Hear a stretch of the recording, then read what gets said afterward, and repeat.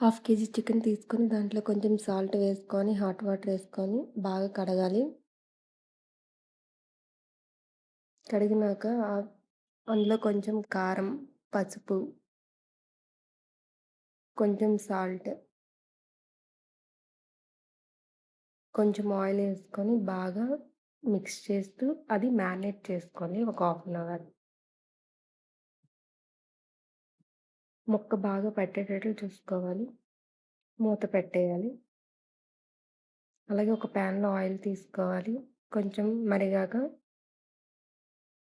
జీలకర్ర కొంచెం ఏసుకోవాలి. ఉల్లిపాయలు సన్నగా తరిగినవి వేసుకోవాలి. బాగా వేయించుకోవాలి.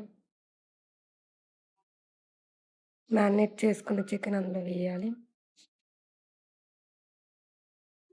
వేసుకున్నాక బాగా కలపాలి ఒకసారి. కొంచెం సాల్ట్, కల్లుప్పు వేసుకొని మూత పెట్టేయాలి. అలాగే కొంచెం 5, 6 పచ్చిమిర్చి వేయాలి. ఒక మిక్సీ జార్‌లో లవంగాలు, ఇలాచి, ఎండుమిర్చి, బిర్యానీ ఆకు, జీలకర్ర కొంచెం, జీడిపప్పు 7, 8 తీసుకోవాలి.